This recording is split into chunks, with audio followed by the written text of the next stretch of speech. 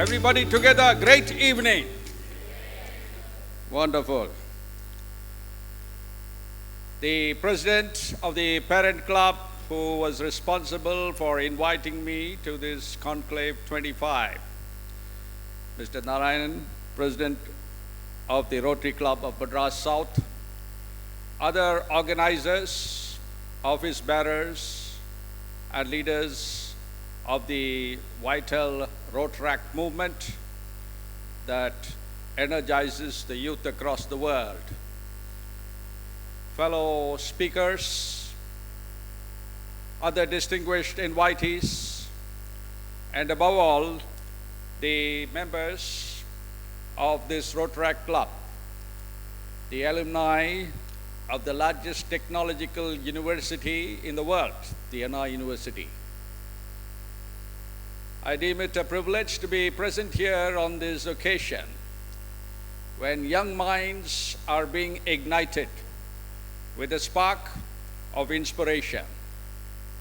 In this book, Fillipisms, that I took 10 years to write, with lessons from life and death over a period of several decades, and especially in the last 10 years of my service in the Indian Police Service, one of the most cryptic sayings is even more cryptic than the couplet of the Tirukural, which is all written in 7 words. But there is one that is written only in 5 words in this book, and that is respire, aspire, perspire, inspire, expire. This sums up the entire cycle of life of every human being who lived in the past, who are living now, or who will ever live. So we have a cycle in which we can make an impact.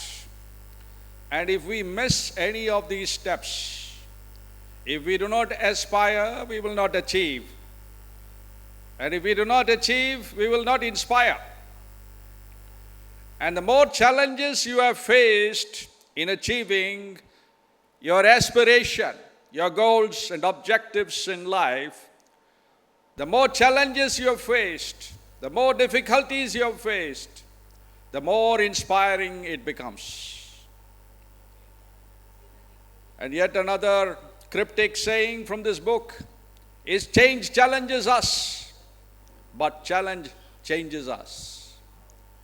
Whether you like it or not, change will be continually happening in all aspects of life, including technology.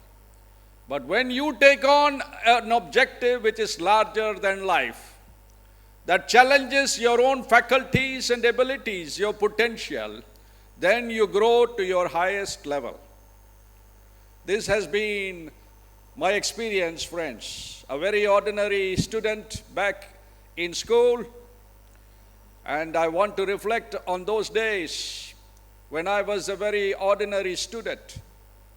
And when a teacher came to the primary school class and said that the largest room in the world is the room for improvement, that sparked that desire in me for continual improvement. What is continual improvement?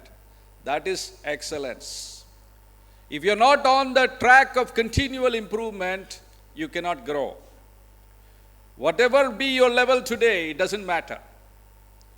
In every aspect of life, continual improvement. And so by the time I reached the 9th standard, I was still a very average student. And then one vice principal came into one of the classes, the civics class, I think, and he said, aim for the stars and you'll hit the treetops. That caught my imagination. And that is why I give a lot of importance to maxims. If you want to maximize your life, you need to take maxims and make your life an elaborate essay in proving a maxim, a principle of life, a truth of life. And that's why the title of this book is 3,333 Maxims to Maximize Your Life, to maximize your potential, to maximize your impact. It is a process. So I moved on from the 9th standard at that stage, And then I saw there are many officers in my community in Bangalore who were very respected and very influential, especially a police officer from the Northeast who was known for his courage and daring. And I went and interviewed him for some youth magazines, and that influenced me.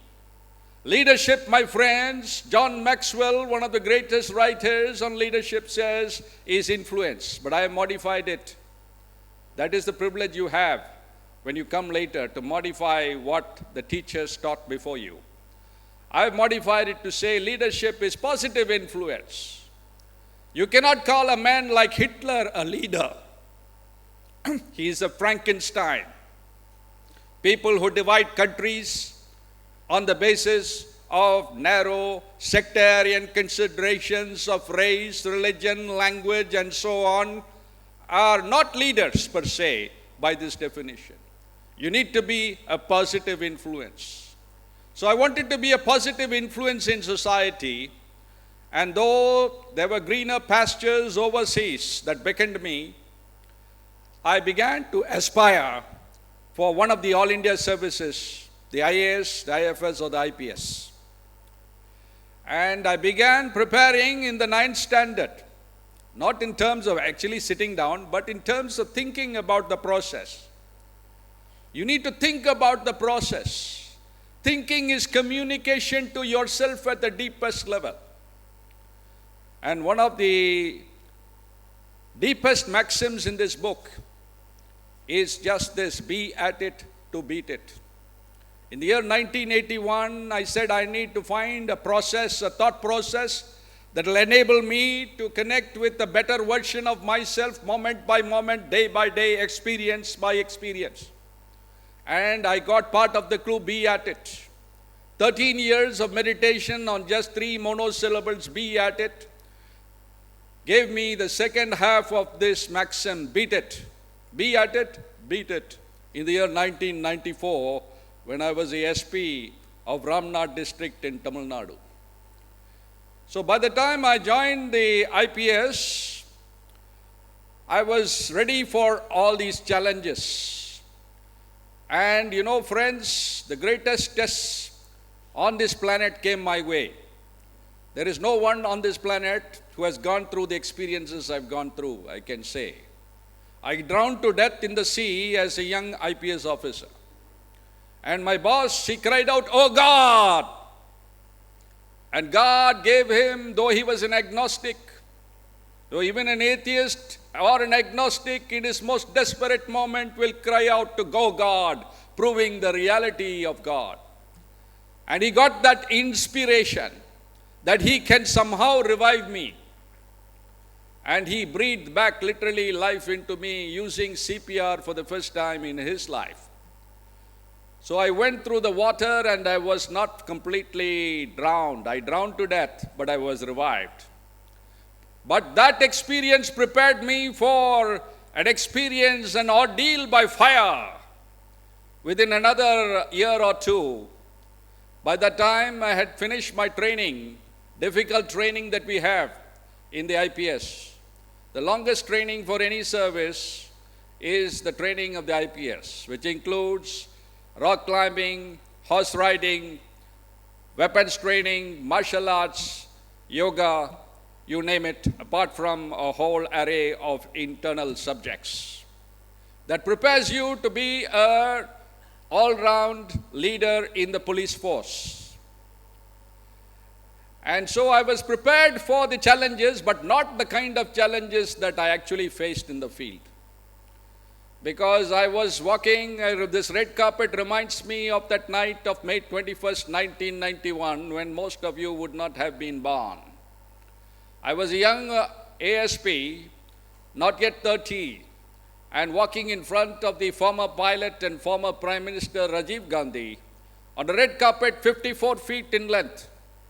When he came to the 18th foot, he stopped to receive some greetings from women whom we had checked earlier.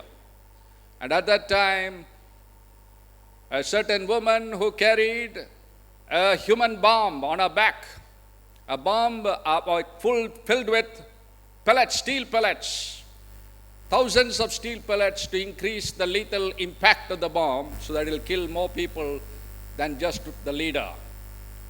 And I myself carry 100 steel pellets shrapnel from that bomb till this day. Many parts of my body, you can feel it, and some are too deep to be felt. They are in the pelvic bone, femur, under the foot, and so on. I was thrown in the air in that powerful blast. I fell unconscious near the mangled remains of the former charismatic Prime Minister of India, Rajiv Gandhi.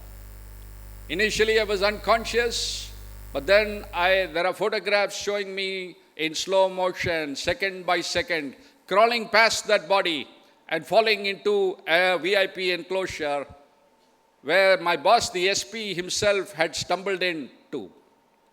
Moments later, or even half an hour later only, people gathered the strength to even pick us up because they were only concerned with the VIP, the death, the tragic end of a charismatic leader, Rajiv Gandhi. But somehow somebody said, why don't we remove the survivors? And at that point, they picked up the SP and me. One inspector whom I had upbraided in the afternoon picked me up. I said, I can walk in my pride as an IPS officer. He said, no, sir, you cannot walk. You're badly injured. I have to carry you. So he carried me like a child, put me in the back of a jeep. My own driver, in the terror of that moment, despite his training as a policeman, fled from there with the jeep. And I was probably thinking that I was already dead. In fact, the first dispatches of the Chief Secretary, Anthony, to the government in Delhi at the time said that I was included among the dead. I was so badly injured, and I had lost so much blood, and I was crying for water. And at that point, a young man volunteered to climb into the jeep because this inspector had to go back and rescue many who were dying or injured. 40 people were lying completely injured, bleeding, burning. It was a scene from hell. 18 people had died all round, including the assassin. And some of the police people I had posted were also dead. And I was crying for water, and this boy, I do not know how he found water or how did he have the prescience, the insight that he should give only drops of water to a critically injured person. But somehow he dropped water on my parched lips, crying for that water. And I asked him in Tamil, Thambi, un per enna? And he said, my name is Purushothaman, which means the best man. And that reinforced my faith in God again, because I believed in God being the best man. And later on, a year later, I was promoted. A year or two later, I was promoted through a lot of challenges. You know, people will then have some second thoughts that on the watch of this young ASP, the greatest tragedy in post-independent India had happened. Many would have written off, even my family also would have written me off as a failure. But this very incident of this boy coming to my help, an untrained young volunteer coming to my help, inspired in me the idea. I said that God had spared my life when people with a silver or golden spoon in their mouths like Rajiv Gandhi had themselves expired. And so I have a destiny, a purpose, and that is to create transformation in society, transformation of the police, an impossible goal. And as Muhammad Ali says, that impossible is a big word used by small men to remain comfortable without changing anything in their world, instead of exploring ways to change the world. So I was trying a way to explore, to change the police, the image of the police. And I wrote many analytical pieces. And suddenly I got this idea. When you keep on questioning yourself creatively, the answer will come up from the subconscious. And the answer came, Friends of Police, suddenly in a flash. To go fast forward, Friends of Police, I spoke to the Chief Minister in an open conclave like this. Conclaves are so important because it creates a mastermind, a connection of people with each other. an exchange of ideas, an exchange of emotions. Lives will be impacted and changed forever. And so those conferences were so useful to plant these ideas, though I was a very young officer. And with the same tone, with the same kind of emphasis, I spoke and I said, Madam, you're not just a friend of police, but also a friend of people. I request you to extend this movement to the whole state of Tamil Nadu.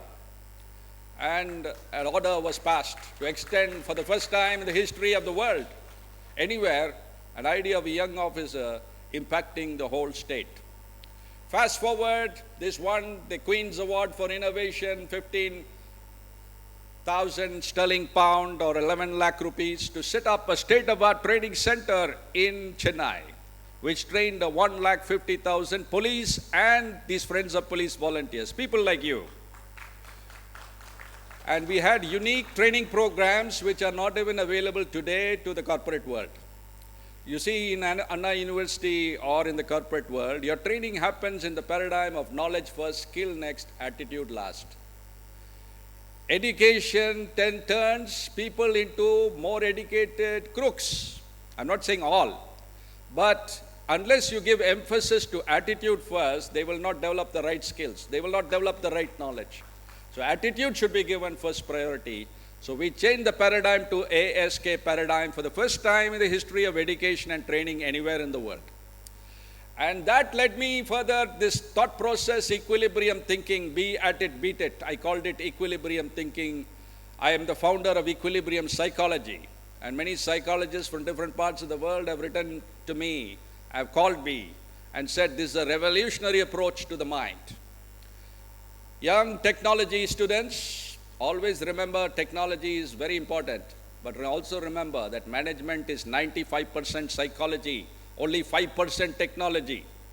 So what percentage of the reality of life are you studying in all your life?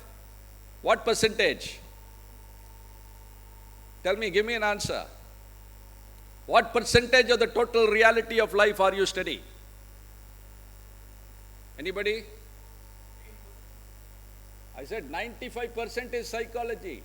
Only 5% is hardware or technology. So this 5% of course dominates life. You need technology for getting your food today through Swiggy, for correspondence through email you need. But then ultimately the man behind the machine, it is psychology that determines whether he is a happy, productive leader or not. Whether you are going to be happy, productive citizens of this country and the world is not technology, but psychology. And learn equilibrium psychology. This is a new branch of psychology that I have created because of my thought process and my hard experiences. Be at it to beat it is the formula for success in any domain of life. Firstly. Secondly, it is a new thought process, a binary thought process. Like your machines work on 0 and 1, your brain works on yes and no. And this equilibrium psychology will enable you to fulfill and the entire potential of your brain. Your subconscious creativity will be also triggered when you practice equilibrium thinking. It is a round-the-clock thought process. I said how to put my brain on autopilot. And that led to this answer, be at it, beat it, a binary thought process.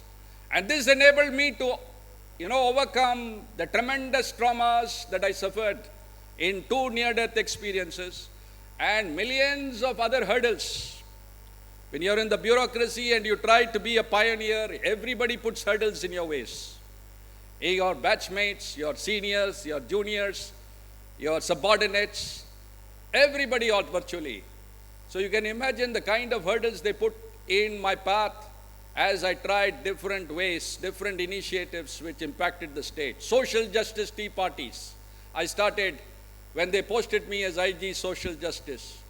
In 40,000 villages across Tamil Nadu, the people were told these concepts like equilibrium thinking. And now in my second innings is the winning innings. I've reinvented myself.